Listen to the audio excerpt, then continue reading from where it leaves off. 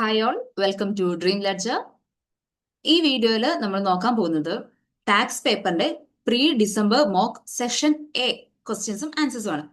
So നമുക്കറിയാം section എയിൽ 15 questions ആണ്, MCQ ആണ്. 15 MCQ ക്വസ്റ്റ്യൻസ് കാണും ആൻഡ് ഈച്ച് ക്വസ്റ്റിന് 2 മാർക്സ് വെച്ചിട്ട്. അപ്പോൾ 30 മാർക്സ് ആണ് സെക്ഷൻ എയിൽ വരുന്നത്. ഓക്കെ, അപ്പൊ നമുക്ക് വീഡിയോ തുടങ്ങാം. And myself, I am Selan, your taxation faculty at Dream Ledger. So first question, നമ്മൾ എപ്പോഴും ക്വസ്റ്റ്യൻ വായിക്കുമ്പോൾ ഫസ്റ്റ് റിക്വയർമെന്റ് വായിക്കുക. റിക്വയർമെന്റ് എന്താണെന്ന് മനസ്സിലാക്കിയതിന് ശേഷം ക്വസ്റ്റ്യൻ വായിക്കുക.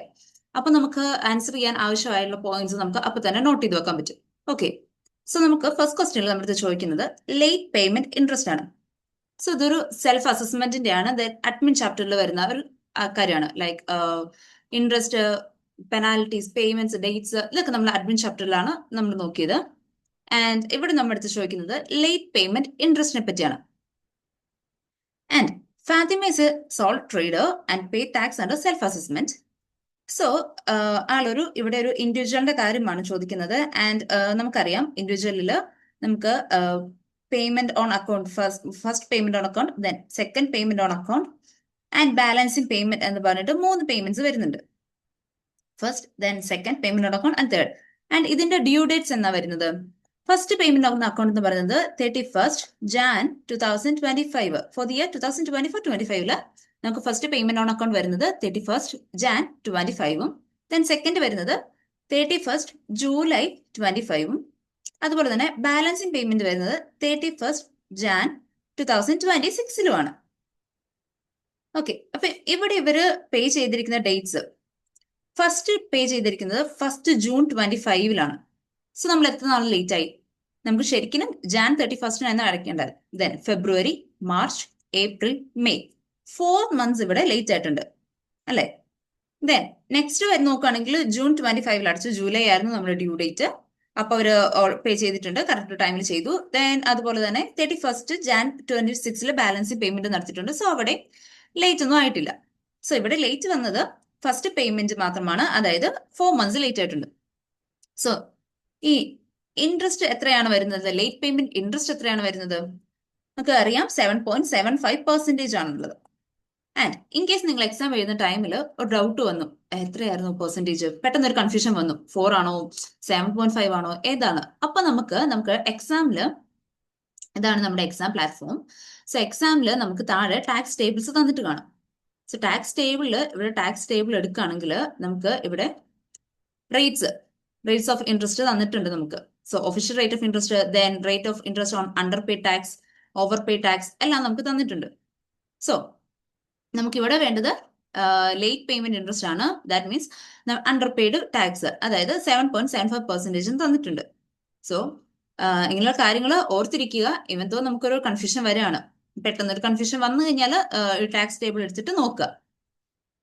അപ്പോൾ 7.75% ആണ് നമ്മുടെ ഇൻട്രസ്റ്റ് നമുക്കറിയാം. ആൻഡ് 4 മന്ത്സ് ആണ് ലേറ്റ് ആയത്. സോ ആൻസർ ചെയ്യുമ്പോൾ നമ്മൾ 3,700 നമ്മുടെ എമൗണ്ട് ഇൻറ്റു 7.75% ഇൻറ്റു എത്ര മന്ത്സ് ലേറ്റ് ആയത്? 4/12 ചെയ്യുക. സോ അപ്പൊ നമുക്ക് എത്രയാണ് എമൗണ്ട് വരുന്നത്? 3,700 ഇൻറ്റു 7.75% ഇൻറ്റു 4/12, 96. സോ 96 ആണ് നമ്മുടെ ആൻസർ. ഇൻ കേസ് നമ്മൾ ഇവിടെ 4/12 നമ്മൾ ഈ ടൈം അപ്പോർഷൻ ചെയ്യാൻ മറന്നു എന്ന് വിചാരിക്കുക. ടൈം അപ്പോർഷൻ ചെയ്യാൻ മറന്നെങ്കിൽ നമുക്ക് കിട്ടുന്ന ആൻസർ 287 ആയിരിക്കും. സോ നമ്മുടെ ആൻസർ നമ്മൾ അത് ടൈം അപ്പോർഷൻ ചെയ്യാതെ ആ ഒരു ചെറിയ മിസ്റ്റേക്ക് കൊണ്ട് നമുക്ക് 2 മാർക്സ് അവിടെ മിസ് ആവാൻ ചാൻസ് ഉണ്ട്. സോ എപ്പോഴും ഓർത്തിരിക്കുക, ടൈം അപ്പോർഷൻ ചെയ്യുക. Okay, moving to next question. Which two of the following statement concerning the tax treatment of a company car provided to employees are correct? Company കാറിന്റെ കാര്യമാണ് നമ്മുടെ ചോദിക്കുന്നത്. And first, the car benefit is based on the list price when the car was first registered. നമ്മൾ car എപ്പോഴും ചെയ്യുന്ന car benefit നമ്മൾ എപ്പോഴും calculate ചെയ്യുന്നത് ലിസ്റ്റ് പ്രൈസിന്റെ ബേസിലാണ് അല്ലെ? സോ അത് കറക്റ്റ് ആണ്. Then the car is more than 6 years old when it is first provided to an employee. The benefit will be based on the value at the time it is provided. ഇങ്ങനെ ഒരു കാര്യം car ബെനിഫിറ്റിൽ ഇല്ല. ഇത് വരുന്നത് നമ്മുടെ accommodation ഒക്കെ കൊടുക്കുന്ന ടൈമിലാണ് അല്ലെ? സോ ഇതല്ല എന്ന് മനസ്സിലായി നമുക്ക്. Then If the employer purchases a car for less than list price, the car benefit is based on the cost to the employer. അല്ല, നമ്മൾ ഒരിക്കലും കോസ്റ്റ് വെച്ചിട്ടല്ല, നമ്മൾ ലിസ്റ്റ് പ്രൈസ് വെച്ചിട്ടാണ് എപ്പോഴും കാർ ബെനിഫിറ്റ് കാൽക്കുലേറ്റ് ചെയ്യുന്നത്. സോ ഇതും തെറ്റാണ്. Then, if accessories costing 150 are purchased and fitted to a car after it is issued to an employee, this cost is ignored when calculating the car benefit. അങ്ങനെ ഒരു സംഭവം ഇല്ല. ഇതും നമുക്ക് തെറ്റാന്നറിയാം. ലൈക്ക് നമ്മളിങ്ങനെ കാർ ബെനിഫിറ്റ് പഠിച്ച ടൈമിൽ നമ്മളിങ്ങനെ ഒരു എക്സ്ട്രാ ഫിറ്റിംഗ്സ് വരുത്തുന്നത് നമ്മൾ കാർ ബെനിഫിറ്റിൽ ഇൻക്ലൂഡ് ചെയ്യുന്നില്ല, ലൈക്ക് അല്ലേ? അപ്പം അതല്ല. Then cost of insurance paid by the employer is treated as a separate taxable benefit for the employee. നമ്മൾ ഓൾറെഡി നമ്മൾ ഇപ്പൊ കാറിന്റെ കേസിലാണെങ്കിൽ കാർ ബെനിഫിറ്റും ദെൻ ഫ്യൂൽ ബെനിഫിറ്റ് ഒക്കെ ചെയ്യുന്നുണ്ട്. അല്ലാതെ ഇൻഷുറൻസ് നമ്മൾ സെപ്പറേറ്റ് ടാക്സിബിൾ ബെനിഫിറ്റ് ഒന്നും അല്ല. സോ ഇതും അല്ല. Then the cost of providing അതായത് ഒരു ഡ്രൈവറിനെ നമ്മൾ പ്രൊവൈഡ് ചെയ്തിട്ടുണ്ടെങ്കിൽ അത് നമ്മൾ സെപ്പറേറ്റ് ടാക്സിബിൾ ബെനിഫിറ്റ് ആയിട്ട് എടുക്കും. യെസ്, നമ്മളത് സെപ്പറേറ്റ് ഒരു പോയിന്റ് ആയിട്ട് പഠിച്ചിട്ടുണ്ട്. കാർ ബെനിഫിറ്റ് പറഞ്ഞ ടൈമിൽ നമ്മൾ പഠിച്ചതാണ്. ഡ്രൈവറിന് എന്തെങ്കിലും പ്രൊവൈഡ് ചെയ്യുന്നുണ്ടെങ്കിൽ അത് സെപ്പറേറ്റ് ടാക്സിബിൾ ബെനിഫിറ്റ് ആണ്. സോ അപ്പം ഈ ഒരു സ്റ്റേറ്റ്മെന്റിൽ ചോദിക്കുന്നുണ്ട്, പ്രത്യേകം പറയുന്നുണ്ട് which two of the following. So 2 എന്ന് കാണുമ്പോൾ മനസ്സിലാക്കുക ഇതിൽ 2 എണ്ണമാണ് ശരിയായിട്ടുള്ള ആൻസേഴ്സ്. സോ 2 എണ്ണം എന്തായാലും ടിക്ക് ചെയ്യുക. ഇപ്പം ഫസ്റ്റ് വൺ നമുക്കറിയാം, ഓക്കെ, കറക്റ്റ് ആണ്, അതെടുത്തു. ബട്ട് ബാക്കിയുള്ള 5 എണ്ണത്തിൽ ഏതാണ് കൺഫ്യൂഷൻ ആണ്. അപ്പം ഒരെണ്ണം ടിക്ക് ചെയ്യാതെ പോകരുത്. ബിക്കോസ് 2 മാർക്കല്ലേ, ഒരെണ്ണം എടുത്തുകൊണ്ട് 1 മാർക്ക് കിട്ടും എന്ന് വിചാരിക്കരുത്. ഇവിടെ പാർഷ്യൽ മാർക്കിംഗ് അസംഭവം ഇല്ല. നമുക്ക് 2 എന്ന് ചോദിച്ചു കഴിഞ്ഞാൽ 2 എണ്ണം സെലക്ട് ചെയ്യാം. ഈവൻ ദോ നിങ്ങൾക്ക് ഒരെണ്ണം അറിയാം, മറ്റേത് ഡൗട്ട് ആണെങ്കിൽ കൂടി ഗസ് ചെയ്ത് 2 എണ്ണവും ടിക്ക് ചെയ്യുക. ഓക്കെ, 2 എണ്ണം സെലക്ട് ചെയ്തിട്ട് മാത്രമേ നെക്സ്റ്റ് ക്വസ്റ്റ്യനിലേക്ക് മൂവ് ചെയ്യാവുള്ളൂ. ഇൻ കേസ് നിങ്ങൾക്ക് ഡൗട്ട് ആണെങ്കിൽ നമുക്ക് ഫ്ലാഗ് ചെയ്ത് വെക്കാം. എന്നിട്ട് എക്സാം എൻഡ് ചെയ്യുന്നതിന് മുന്നേ അത് വന്നിട്ട് ചെയ്യുക.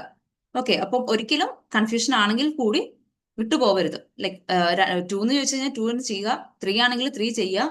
ഇപ്പൊ 2 എന്ന് ചോദിച്ചു കഴിഞ്ഞാൽ 3 ചെയ്യരുത്. ഓക്കെ, 2 അതാണ് പറയുന്നത് റിക്വയർമെന്റ് കറക്റ്റ് ആയിട്ട് വായിക്കാന്ന്.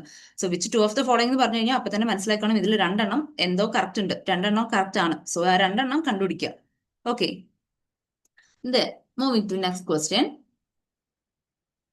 What are the maximum capital allowance Ravi can claim for the year ended 31st March 25? So capital allowance ആണ് നമ്മൾ അടുത്ത് ചോദിക്കുന്നത്. And Ravi is a sole trader preparing accounts to 31st March each year on accrual basis. On 1st May 24, he purchased a new office furniture ആണ്. So അത് നമുക്ക് AIA qualifying ഒരു asset ആണ്, അല്ലെ? AIA ക്വാളിഫൈങ് ആണ്. And on November 1st, 24, he brought a second hand electric car, 0 CO2 emission ആണ്. And the car is used solely for business purposes. So ഇവിടെ നമ്മൾ ചോദിക്കുന്നത് ക്യാപിറ്റൽ അലവൻസ് ആണ്.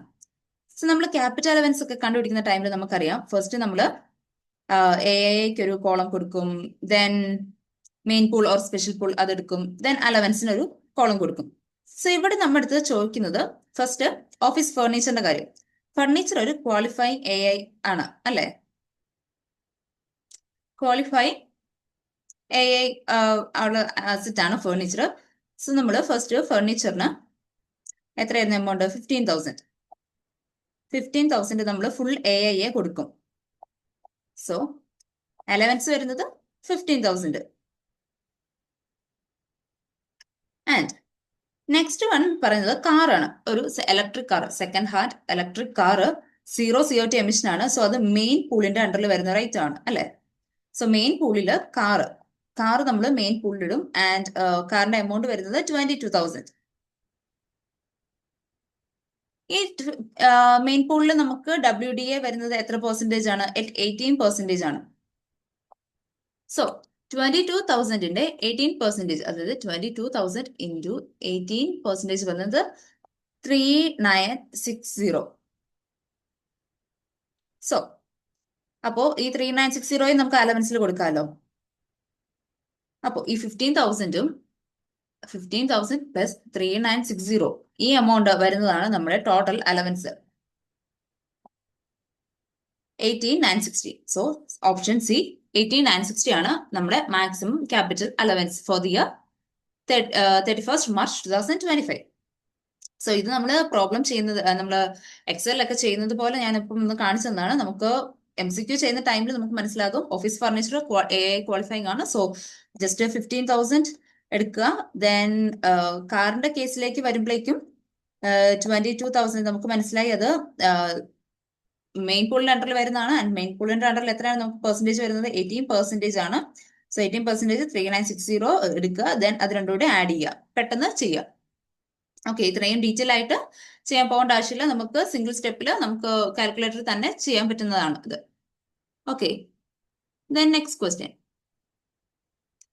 If Omar makes a terminal loss relief claim to use his loss as early as possible, how much loss will be set off against his income for the year 2021-22?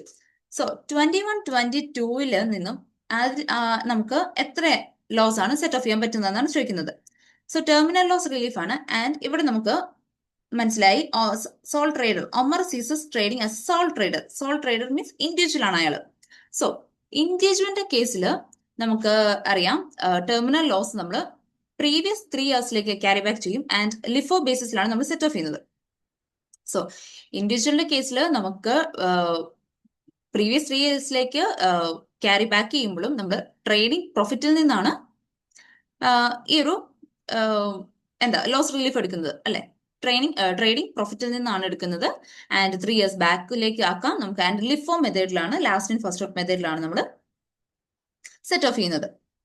And ഇവിടെ നമുക്ക് loss വന്നിരിക്കുന്നത് 31st March 2025 so 31st March 2022 ഒരു profit ഉണ്ട്, 23 profit ആണ്, 24 profit ആണ്, and 25 നമുക്ക് loss വന്നിരിക്കുന്നത്. And Omar has taxable property income of 7,000 each year. So ഇൻഡിവിജ്വലിന്റെ കേസിൽ നമ്മൾ ടെർമിനൽ ലോസ് എടുക്കുമ്പോൾ നമ്മൾ ട്രേഡിംഗ് പ്രോഫിറ്റ് എടുക്കുള്ളൂ എന്ന് പറഞ്ഞു. സോ അപ്പൊ ഈ പ്രോപ്പർട്ടി ഇൻകം ഇവിടെ കൺസിഡർ ചെയ്യേണ്ട കാര്യമുണ്ടോ? കൺസിഡർ ചെയ്യേണ്ട കാര്യമില്ല. ഈ 7,000 ഇവിടെ എടുക്കണ്ട. നമുക്ക് വരുന്നത് first 21-22, then 22-23, then 23-24, and 24-25. So 24-25 tax ഇയറിലാണ് നമുക്ക് ലോസ് വന്നിരിക്കുന്നത് 63,000 ലോസ് വന്നിരിക്കുന്നത്. സോ നമ്മള് എക്സലിലൊക്കെ, അതായത് നമ്മൾ സെക്ഷൻ സിയിലൊക്കെ നമ്മൾ പെർഫോമ വെച്ചിട്ട് ചെയ്യുമ്പോൾ നമ്മൾ ഇങ്ങനെ ഒരു ലോസ് വന്നു കഴിഞ്ഞാൽ നമ്മൾ അവിടെ ലോസ് കാണിക്കാറില്ല. 0 ആണ് നമ്മൾ അവിടെ പ്രസന്റ് ചെയ്യുന്നത് അല്ലെ. സോ അങ്ങനത്തെ കാര്യങ്ങളൊക്കെ സെക്ഷൻ സി ക്വസ്റ്റ്യൻസ് ചെയ്യുന്ന സമയത്ത് ഓർത്തിരിക്കുക. ആൻഡ് 23-24 നമുക്ക് പ്രോഫിറ്റ് 12,000 ഉണ്ട്. അതുപോലെ തന്നെ 22-23 36,000, 22 45,000 ഉണ്ട് പ്രോഫിറ്റ്.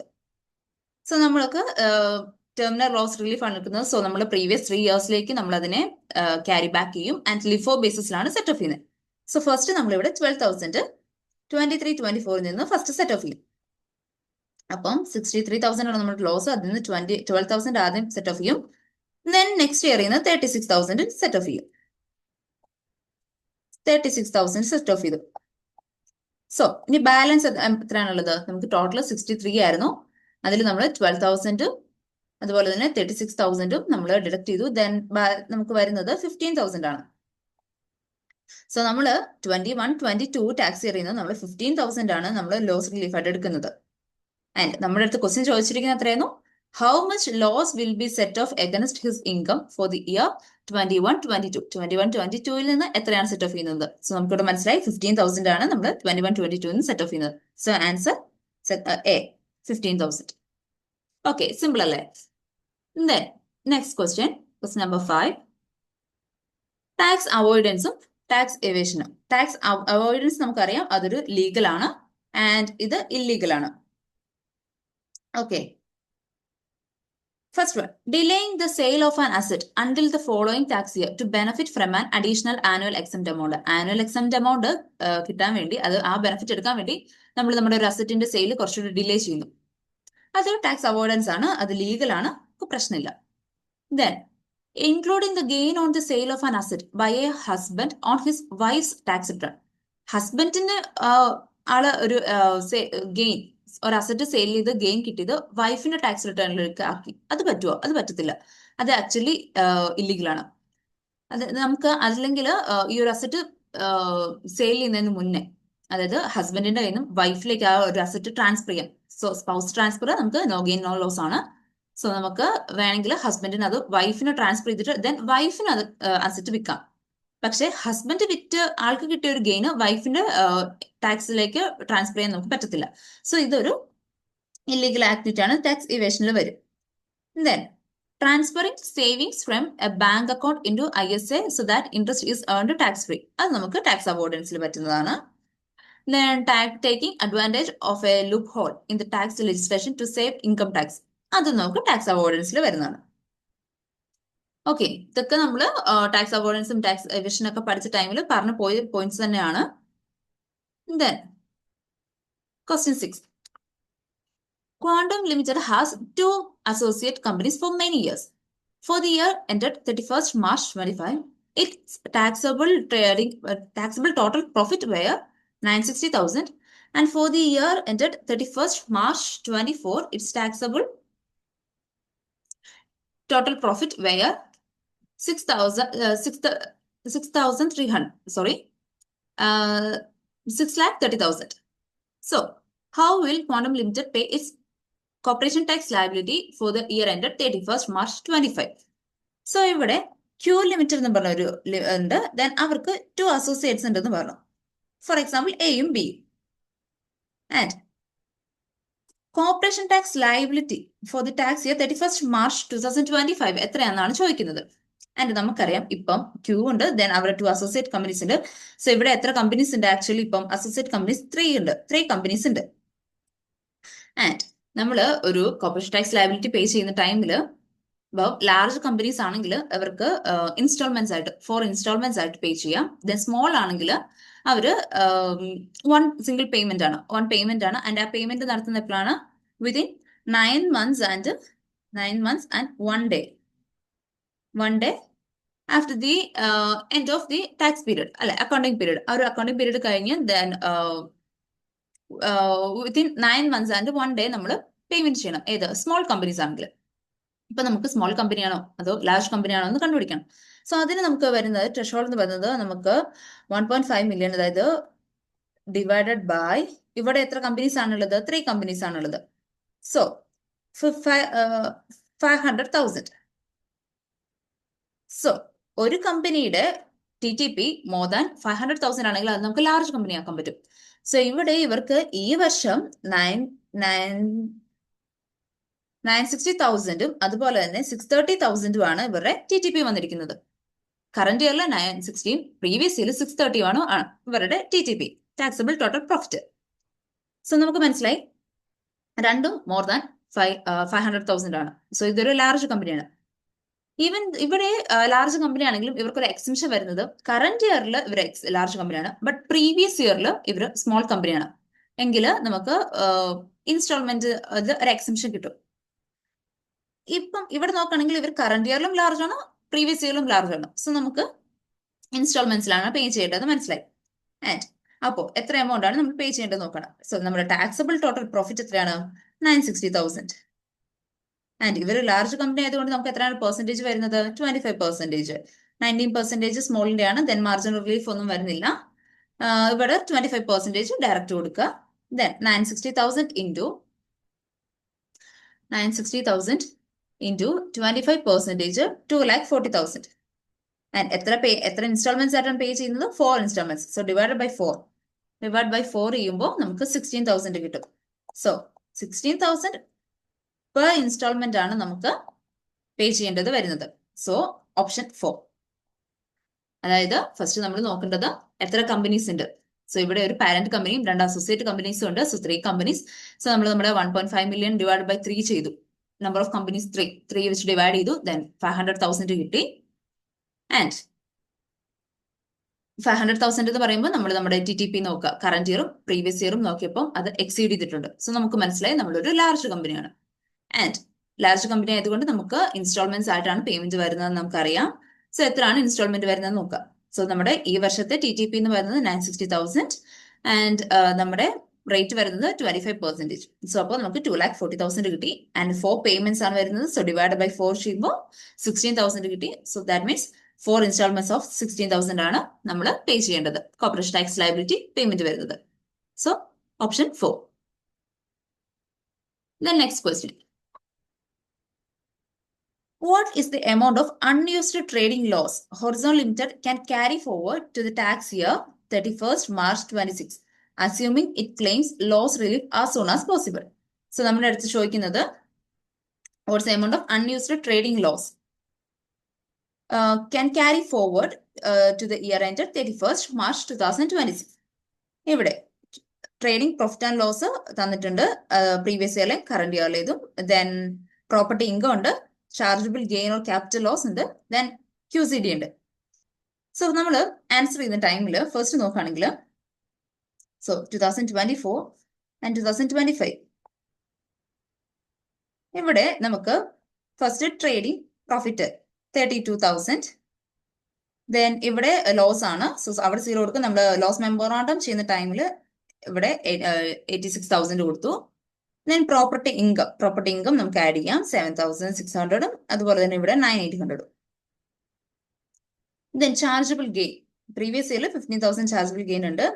ആൻഡ് ഇവിടെ 2,000 ലോസ് ആണ്, ക്യാപിറ്റൽ ലോസ് ആണ്. ആൻഡ് ഇവിടെ ശ്രദ്ധിക്കേണ്ട കാര്യം, നമുക്ക് ക്യാപിറ്റൽ ലോസിന്റെ കാര്യത്തിൽ എന്തായിരുന്നു ശ്രദ്ധിക്കേണ്ടത്? ലൈക്ക് ക്യാപിറ്റൽ ലോസ് നമുക്ക് ഒരു സെയിം ചാർജബിൾ ഗെയിനിൽ നിന്ന് മാത്രമേ നമുക്ക് സെറ്റ് ഓഫ് ചെയ്യാൻ പറ്റുള്ളൂ. അല്ലാതെ നമുക്ക് ബാക്കി നമ്മൾ ചെയ്യുന്ന പോലെ ട്രേഡിംഗിൽ നിന്നും ലൈക്ക് അതർ ഇൻകംസിൽ നിന്നൊന്നും നമുക്ക് സെറ്റ് ഓഫ് ചെയ്യാൻ പറ്റില്ല. ചാർജബിൾ ഗെയിനിൽ നിന്ന് മാത്രമേ നമുക്ക് ഈ ഒരു ലോസ് സെറ്റ് ഓഫ് ചെയ്യാൻ പറ്റുള്ളൂ. ആൻഡ് ഓൾസോ നമുക്കിത് ക്യാരി ബാക്ക് ചെയ്യാൻ പറ്റില്ല, ക്യാരി ഫോർവേഡ് ചെയ്യാനേ പറ്റത്തുള്ളൂ. സോ ഇവിടെ ഒരു 2,000ന്റെ എടുക്കേണ്ട ആവശ്യമില്ല. സോ നമുക്കത് 0 കൊടുക്കാം. ദെൻ അതുപോലെ തന്നെ QCD നമുക്ക് കറണ്ട് ഇയറിലും പ്രീവിയസ് ഇയറിലും നമുക്ക് പാർഷ്യൽ ക്ലെയിം ഒന്നുമില്ല, നമുക്ക് ഫുൾ ക്ലെയിം ചെയ്യണം. സോ QCD നമുക്ക് വേസ്റ്റ് ആവാനും ചാൻസ് ഉണ്ട്. സോ ഇവിടെ നമുക്ക് നോക്കുകയാണെങ്കിൽ നമുക്ക് എത്രയാണ് എമൗണ്ട്സ് വരുന്നത്? ടോട്ടലി ആണെങ്കിൽ 32,000 പ്ലസ് 7,600 പ്ലസ് 15,000 നമുക്ക് 54,600ഉം അതുപോലെ തന്നെ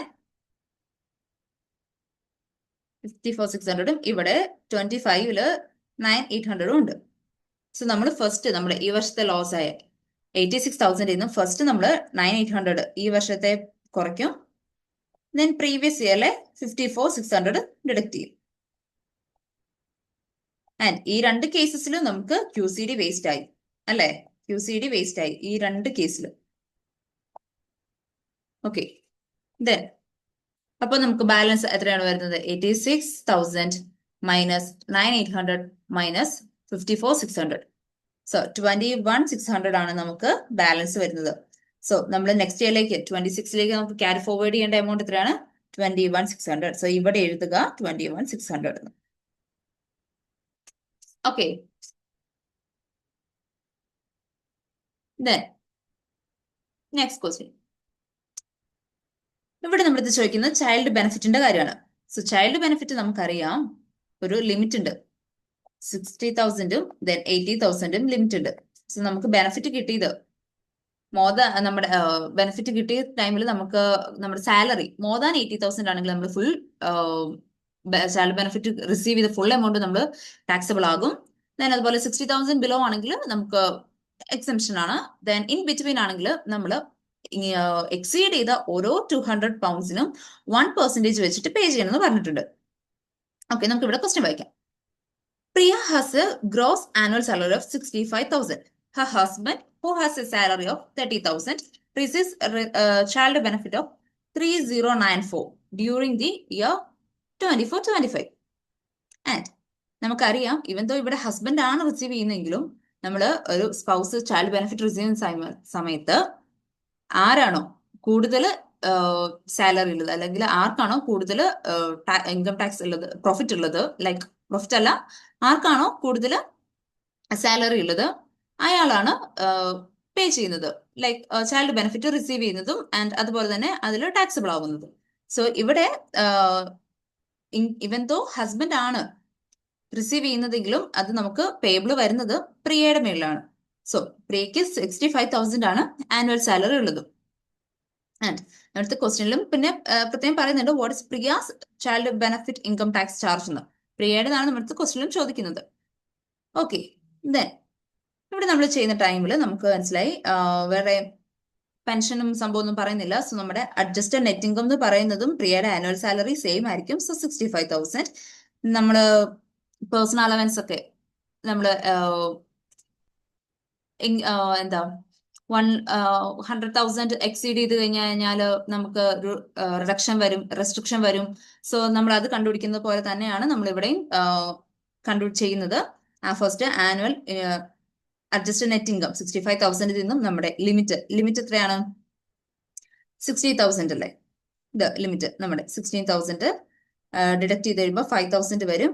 ദെൻ 5,000ന്റെ 15% ആണ് നമുക്ക് 5,000ന്റെ 15% ആണ് നമുക്ക് റെസ്ട്രിക്ഷൻ വരുന്നത്, ഡിഡക്ഷൻ വരുന്നത്. സോ സോറി റിഡക്ഷൻ അല്ല, 5,000 വരും നമുക്ക്. ദെൻ 5,000ന്റെ ഡിവൈഡഡ് ബൈ 200 ചെയ്യും നമ്മൾ. എക്സീഡ് ആയ എമൗണ്ട് എത്രയാണ്? 5,000 ആണ് നമുക്ക് എക്സീഡ് ആയത്. ദെൻ എക്സീഡ് ആയ ഓരോ പൗണ്ടിനും 200 എക്സീഡ് ആയ 200 പൗണ്ടിന് നമുക്ക് 1% വെച്ചിട്ട് നമ്മൾ പേ ചെയ്യും. സോ ഇവിടെ 5,000 ഡിവൈഡ് ബൈ 200 ചെയ്യുമ്പോൾ 25% കിട്ടും. സോ നമുക്ക് മനസ്സിലായി 25%, അതായത് നമുക്ക് റിസീവ് ചെയ്ത ചൈൽഡ് ബെനിഫിറ്റിന്റെ 25% ആണ് നമുക്ക് ഇൻകം ടാക്സിൽ, പ്രിയയുടെ ടാക്സിൽ ആഡ് ചെയ്തിട്ട് ലൈക്ക് ചൈൽഡ് ബെനിഫിറ്റ് ആയിട്ട് നമുക്ക് ആഡ് ചെയ്ത് കൊടുക്കേണ്ടത്. സോ നമുക്ക് കിട്ടിയ ചൈൽഡ് ബെനിഫിറ്റ് ഇൻറ്റു 25%, അതായത് 903094 ഇൻറ്റു 25%, 774. സോ ഓപ്ഷൻ സി ആണ് നമ്മുടെ ആൻസർ.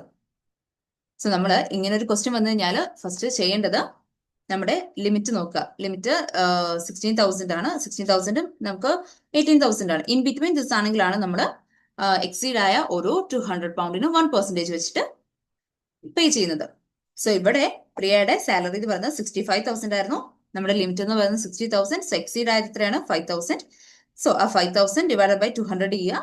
ദെൻ അതിന്റെ 5,000 ഡിവൈഡ് ബൈ 200 ചെയ്തു. സോ നമുക്ക് 25% കിട്ടി. സോ നമ്മൾ റിസീവ് ചെയ്ത ചൈൽഡ് ബെനിഫിറ്റിന്റെ മേൽ, ആ എമൗണ്ടിന്റെ മേൽ 25% നമ്മൾ ടാക്സ് ചാർജബിൾ ആവും. ഓക്കെ, സോ ഇവിടെ ഓപ്ഷൻ സി ആണ് നമ്മുടെ answer. Next question. Identify by clicking the appropriate box the tax statement of the following types of income for an individual. So നമുക്ക് തന്നിരിക്കുന്ന ഈ ഇൻകംസ് എക്സംപ്റ്റ് ആണോ അതോ ടാക്സിബിൾ ആണോ എന്നാണ് ചോദിച്ചിരിക്കുന്നത്. ഇൻകം ഫ്രം ആ UK ബിൽഡിംഗ് സൊസൈറ്റി അക്കൗണ്ട്, അത് നമുക്ക് ടാക്സിബിൾ ആണ്. നമ്മൾ ഓൾറെഡി ടാക്സിബിളും എക്സംപ്റ്റ് ഇൻകംസ് ഒക്കെ പഠിച്ച ടൈമിൽ ആ ഒരു കുറെ പോയിന്റ്സ് ഒക്കെ നമ്മൾ പഠിച്ചായിരുന്നു. സോ അതിലുള്ള പോയിന്റ്സ് തന്നെയാണ് ഇത്. Interest from UK building society, അത് ടാക്സിബിൾ ആണ്. ദെൻ പ്രീമിയം ബോണ്ട് വിന്നിംഗ്, അത് എക്സംപ്റ്റ് ആണ്. അതുപോലെ തന്നെ interest from a national savings and investment certificate exempt ആണ്. Then treasury stock interest taxable ആണ്. Okay, then next question number 10. ഇവിടെ നമ്മളത് ചോദിക്കുന്നത് ക്ലാസ് 4 NIC ആണ്. Sara has taxable trading profit from self എംപ്ലോയ്മെന്റിൽ നിന്നും ആൾക്ക് ട്രേഡിംഗ് പ്രോഫിറ്റ് ഉണ്ട്. And during the tax year 24-25, Sarah made a gross personal pension contribution of 6,000. So നമുക്ക് ക്ലാസ് 4 NIC നമുക്കറിയാം, എംപ്ലോയർ സെൽഫ് എംപ്ലോയ്മെന്റ് ആണെങ്കിൽ നമ്മൾ അതിൽ പേ ചെയ്യുന്ന NIC എന്ന് പറയുന്നത് ക്ലാസ് 4 NIC ആണ്. ആൻഡ് ഇവിടെ നമ്മളടുത്ത് ചോദിക്കുന്നത് സാറയ്ക്ക് ക്ലാസ് 4 NIC എത്ര വരുന്നതാണ്. സോ ഈ കേസിൽ നമ്മൾ നമ്മുടെ പേഴ്സണൽ പെൻഷൻ കോൺട്രിബ്യൂഷൻ എടുക്കാറില്ല. നമ്മൾ ഇവിടെ നോക്കുന്നത് നമ്മുടെ ടാക്സബിൾ ടോട്ടൽ പ്രോഫിറ്റിന്റെ മേലാണ്. ടാക്സബിൾ ടോട്ടൽ പ്രോഫിറ്റ് എന്ന് പറയുന്നത് 78,500 ആണ്. ആൻഡ് നമുക്ക് റേറ്റ്സ് വരുന്ന എത്രയാണ്? അപ് ടു 12,570 നമുക്ക് 0 ആണ്. ദെൻ 50,270 ടു 12,570 ഈ റേഞ്ചിലാണ് വരുന്നതെങ്കിൽ നമുക്ക് 6%. അതുപോലെ തന്നെ മോർ ദാൻ 50,270 ആണ് വരുന്നെങ്കിൽ നമുക്ക് 2% ആണ് നമുക്ക് NIC വരുന്നത്. ആൻഡ് ഇവിടെ നമ്മുടെ ടാക്സബിൾ ടോട്ടൽ പ്രോഫിറ്റ് എന്ന് പറയുന്നത് 78,500 ആണ്. സോ ഫസ്റ്റ് നമുക്ക് ആൻസർ ചെയ്യുമ്പോൾ 50,270 മൈനസ് അപ് ടു എത്രയാണ് 12 570 വരെ നമുക്ക് 6%, ദെൻ ബാലൻസ് 78,500 അപ് ടു 50,270 വരെ നമ്മൾ പേ ചെയ്തു. So minus 50,270 into 2%. ഈ എമൗണ്ടിന് 2% നമ്മൾ കൊടുക്കും. സോ എത്രയാണ് നമുക്ക് നോക്കാം. 50,270 മൈനസ് 12,570 ഇൻറ്റു 2%, ദാറ്റ് ഇസ് 2% അല്ല 6%. 6%, that is 2262. Then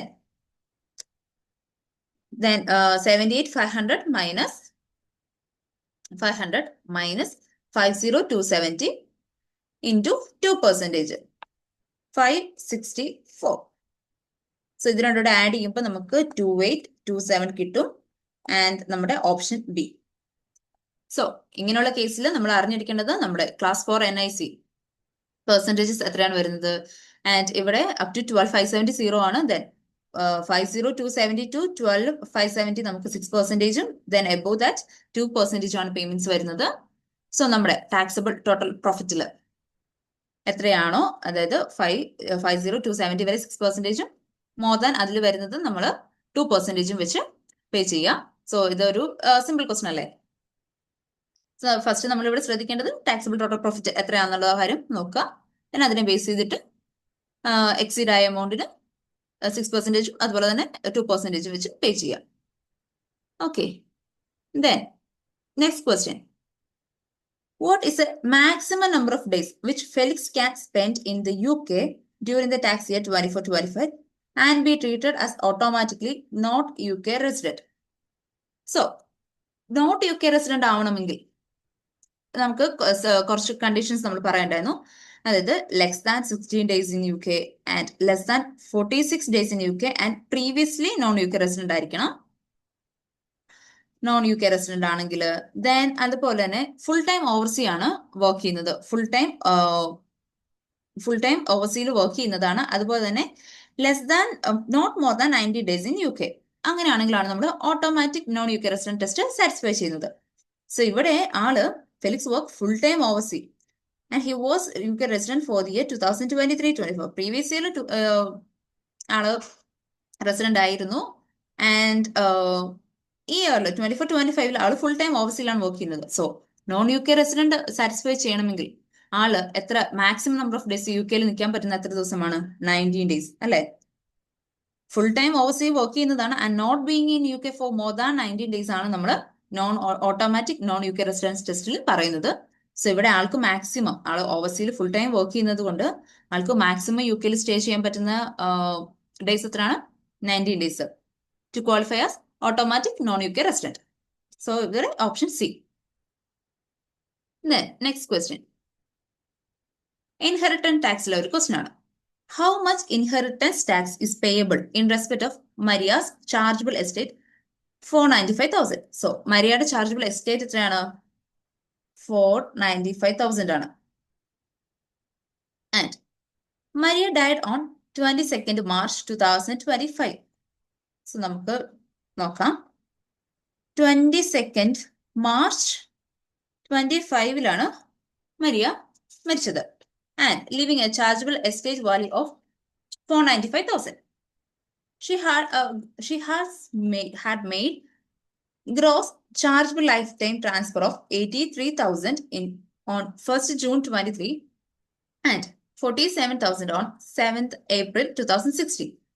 സോ മരിച്ചതിൽ നിന്ന് നമ്മൾ 7 years ബാക്ക് എന്ന് പറഞ്ഞ് നമുക്കൊരു റിലീഫ് ഉണ്ട്. സോ 7 years ബാക്ക് നമ്മൾ നോക്കുകയാണെങ്കിൽ 2025 മരിക്കുന്നത്.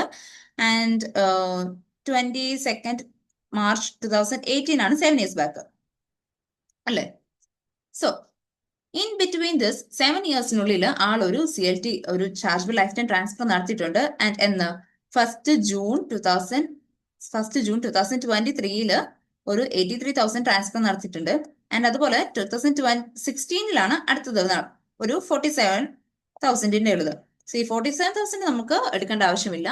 നമുക്ക് ഇൻ ബിറ്റ്വീൻ ഈ 7 yearsനുള്ളിൽ നടത്തിയ ഒരു ചാർജബിൾ ലൈഫ് ടൈം ട്രാൻസ്ഫർ മാത്രമേ നമുക്ക് ടാക്സബിൾ ആവുകയുള്ളൂ. സോ നമുക്ക് നോക്കുകയാണെങ്കിൽ നമ്മുടെ ഡെത്ത് എസ്റ്റേറ്റ് എത്രയാണ്?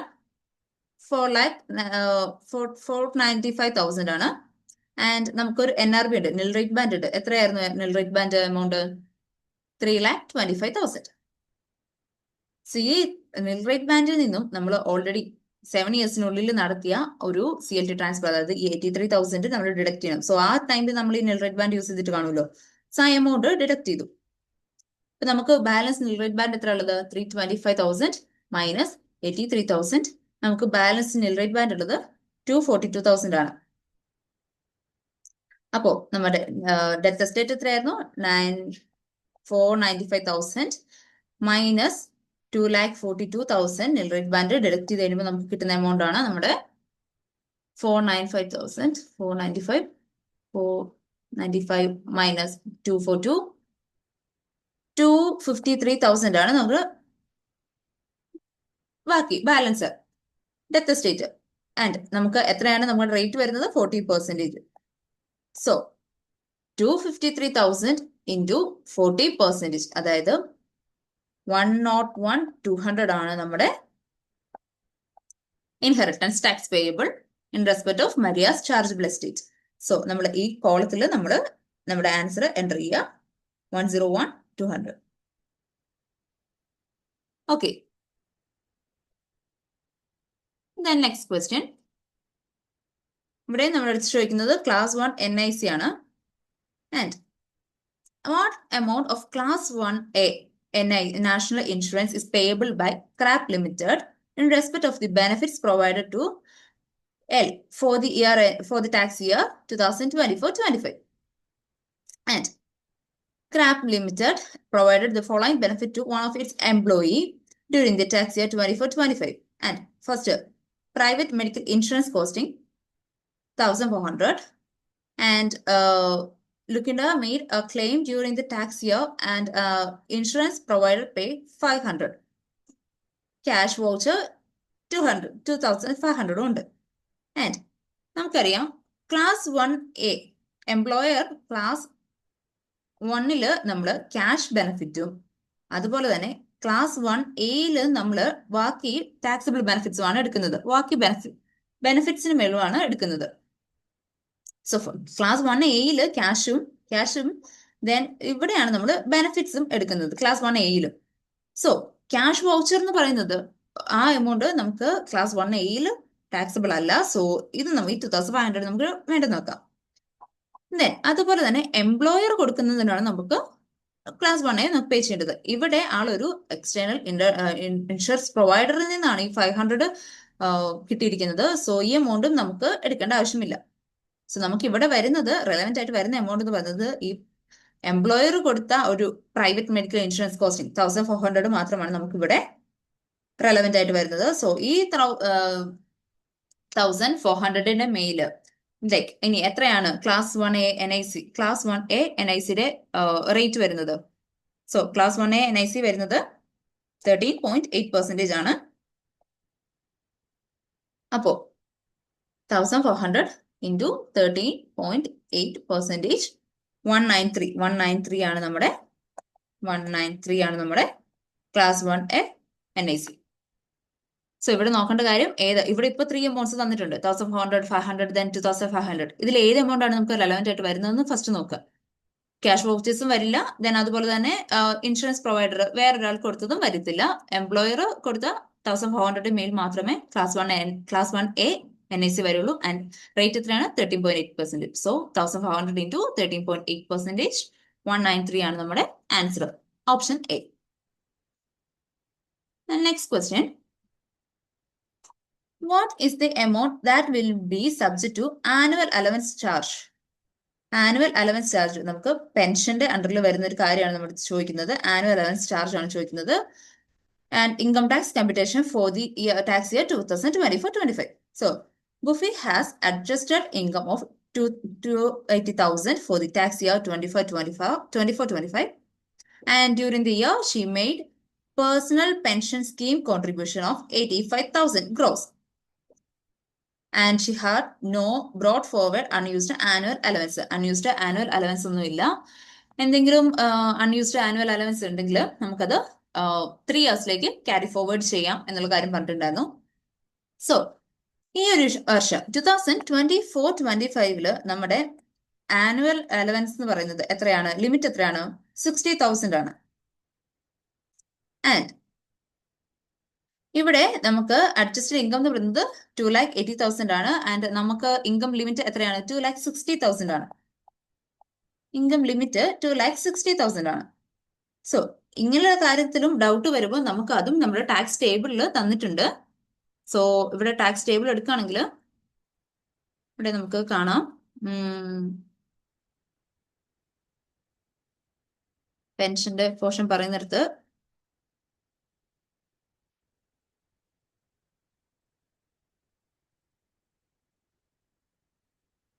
ഓക്കെ, ഇവിടെ കണ്ടോ ആനുവൽ അലവൻസ് നമുക്ക് 23-24 ആൻഡ് 24-25 16,000 ആണ് അലവൻസ് എന്ന് പറയുന്നുണ്ട്. ദെൻ അതുപോലെ തന്നെ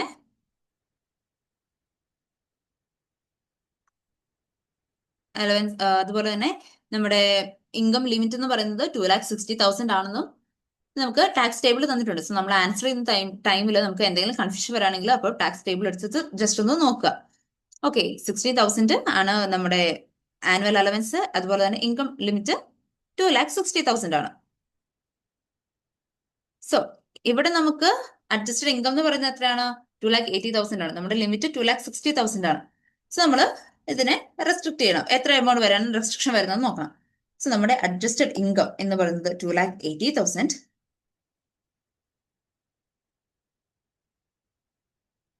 ആൻഡ് നമ്മൾക്ക് ലിമിറ്റ് വരുന്നത് എത്രയാണ്? 2,60,000. സോ 2,60,000 ഡിഡക്ട് ചെയ്യുക. അപ്പൊ നമുക്ക് 20,000 കിട്ടും. ദെൻ ഇതിന്റെ 50% ആണ് നമുക്ക് റിഡക്ഷൻ വരുന്നത്. സോ 50% എന്ന് പറയുമ്പോൾ 10,000. അതായത് നമ്മുടെ ശരിക്കുമുള്ള ആനുവൽ അലവൻസ് എത്രയായിരുന്നു? 16,000 ആണ്. ദെൻ അതിൽ നിന്ന് നമുക്ക് 10,000 ഡിഡക്ഷൻ വരും. സോ നമുക്ക് 15,000 ആണ് നമ്മുടെ ആനുവൽ അലവൻസ്. ആൻഡ് നമുക്ക് എക്സ്ട്രാ പേയ്മെന്റ് വരുന്ന എത്രയാണോ? What is the amount that will be subject to an annual allowance charge? So നമുക്ക് ഇവിടെ ആള് പേഴ്സണൽ പെൻഷൻ സ്കീമിൽ എത്രയാണ് പേ ചെയ്തിരിക്കുന്നത്? 85,000 ആണ് പേ ചെയ്തിരിക്കുന്നത്. 85,000 ആണ് പെൻഷൻ സ്കീമിലേക്ക് കോൺട്രിബ്യൂട്ട് ചെയ്തിട്ടുള്ളത്.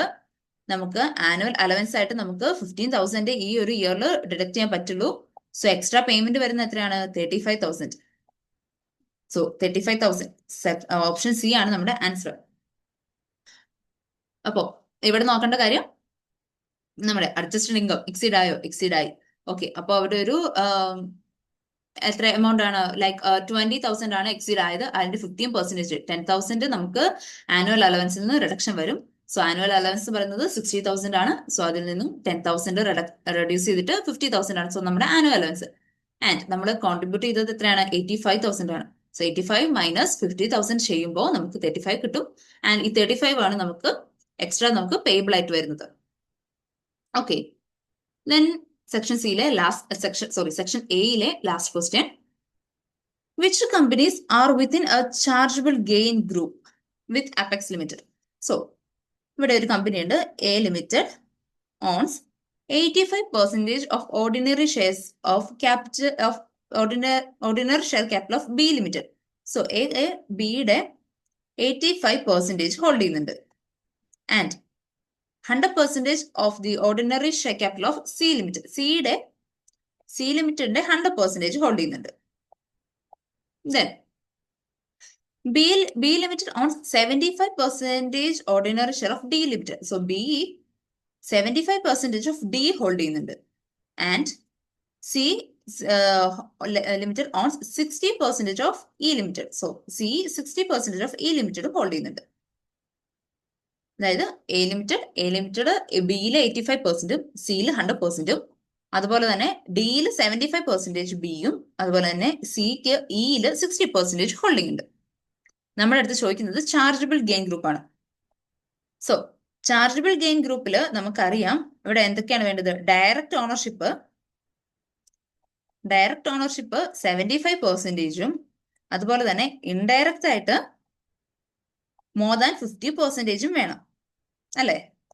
സോ നമ്മൾ നോക്കുകയാണെങ്കിൽ എക്ക് ബിയിൽ ഡയറക്റ്റ് 75% ഹോൾഡിംഗ് ഉണ്ട്. ഓക്കെ, അപ്പൊ ഇത് ഓക്കെയാണ്. ദെൻ എക്ക് ഡിയില് ഇൻഡയറക്ട്ലി 50% ഉണ്ടോ? സോ നമ്മൾ എവിടെ നോക്കാൻ വേണ്ടി 85% ഇൻറ്റു 75% ചെയ്യാം.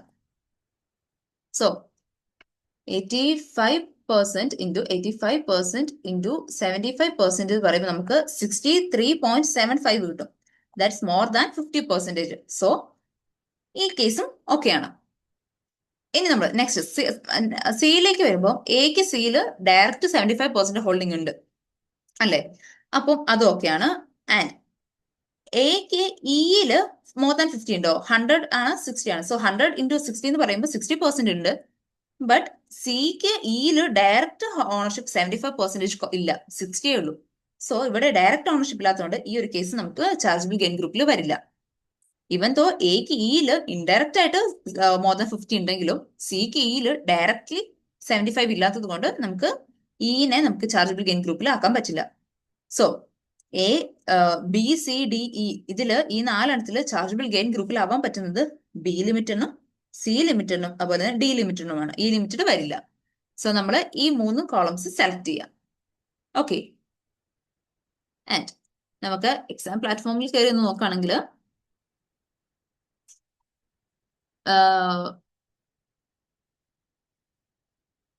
ഇപ്പൊ നമ്മൾ ചെയ്തത് ക്വസ്റ്റ്യൻ നമ്പർ 15. ഓക്കെ, ഇങ്ങനെ വരുമ്പോൾ നമ്മൾ ഈ 3 കോളംസ് ഇങ്ങനെ സെലക്ട് ചെയ്യാം.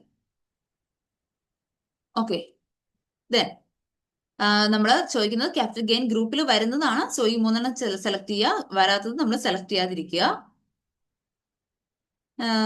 ദെൻ ഓക്കെ, ഇങ്ങനെയുള്ള കേസസിൽ ഈ കോളത്തിൽ നമ്മൾ പൗണ്ടിന്റെ സിമ്പിൾ ഓൾറെഡി കോളത്തിന്റെ പുറത്ത് കൊടുത്തിട്ടുണ്ട്. സോ നമ്മൾ പൗണ്ടിന്റെ സിമ്പിൾ ഒന്നും കൊടുക്കേണ്ട ആവശ്യമില്ല. ജസ്റ്റ് ആ എമൗണ്ട് എത്രയായിരുന്നു ആ എമൗണ്ട് മാത്രം അവിടെ എൻ്റർ ചെയ്താൽ മതി.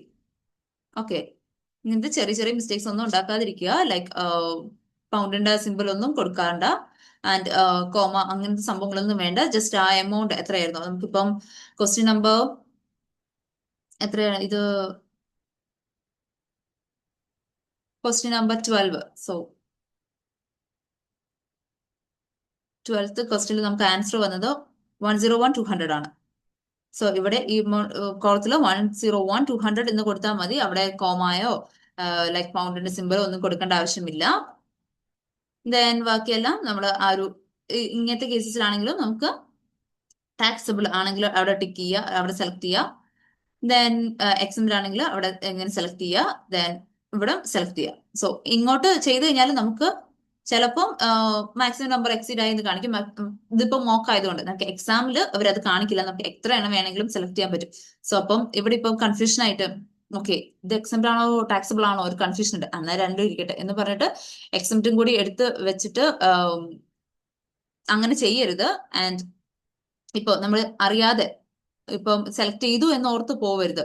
ഇപ്പൊ ഞാനിവിടെ ഞെക്കിയായിരുന്നു പക്ഷെ അത് സെലക്ട് ആയില്ല എന്നുണ്ടെങ്കിൽ അതൊന്നും കൂടെ ഒന്നുകൂടി വെരിഫൈ ചെയ്യുക. ലൈക്ക് ഞാൻ അത് ചെയ്തായിരുന്നു എന്നുള്ളത് ചെയ്തു എന്ന് ഓർത്ത് പോവരുത്. ഇപ്പം ബാക്കി 3 ആൻസേഴ്സും ശരിയാണ്. ഈ ഒരെണ്ണം ചെയ്യാത്തത് കൊണ്ട് അതായത് ആൻസർ കംപ്ലീറ്റ് ചെയ്യാത്തത് കൊണ്ട് നമുക്ക് അതിൽ 2 മാർക്കും കിട്ടത്തില്ല, നമുക്ക് ഫുൾ മാർക്കും പോകും. സോ അതുകൊണ്ട് ചെയ്തോ എന്നുള്ളത് ഉറപ്പ് വരുത്തുക ആൻസർ ചെയ്യുന്ന ടൈമിൽ. ദെൻ ഇവിടെയും അതുപോലെ തന്നെ നമ്മൾ ആൻസർ നമ്പേഴ്സ് എൻ്റർ ചെയ്താൽ മതി. ഇവിടെ അതുപോലെ തന്നെ ഇപ്പൊ നമ്മൾ കണ്ടതുപോലെ തന്നെ ടാക്സ് അവോയ്ഡൻസ് ആണെങ്കിൽ അവിടെ ടിക്ക് ചെയ്യുക, ലൈക്ക് അവിടെ സെലക്ട് ചെയ്യുക. ദെൻ ടാക്സ് എവേഷന് അത് ചെയ്യുക. ഓക്കെ, ആൻഡ് നമ്മൾ എല്ലാ കോളംസും കറക്റ്റ് ആയിട്ട് മാർക്ക് ചെയ്തിട്ടുണ്ടെന്ന് ഉറപ്പ് വരുത്തുക. അപ്പം അതാണ് നമ്മുടെ സെക്ഷൻ എ പറ്റി, സെക്ഷൻ എയിലെ 15 ക്വസ്റ്റ്യൻസ്. സോ നെക്സ്റ്റ് വീഡിയോയിൽ നമുക്ക് സെക്ഷൻ ബി അത് കഴിഞ്ഞിട്ട് സെക്ഷൻ സിയിലെയും ക്വസ്റ്റ്യൻസ് പ്രാക്ടീസ് ചെയ്യാം. So thank you guys.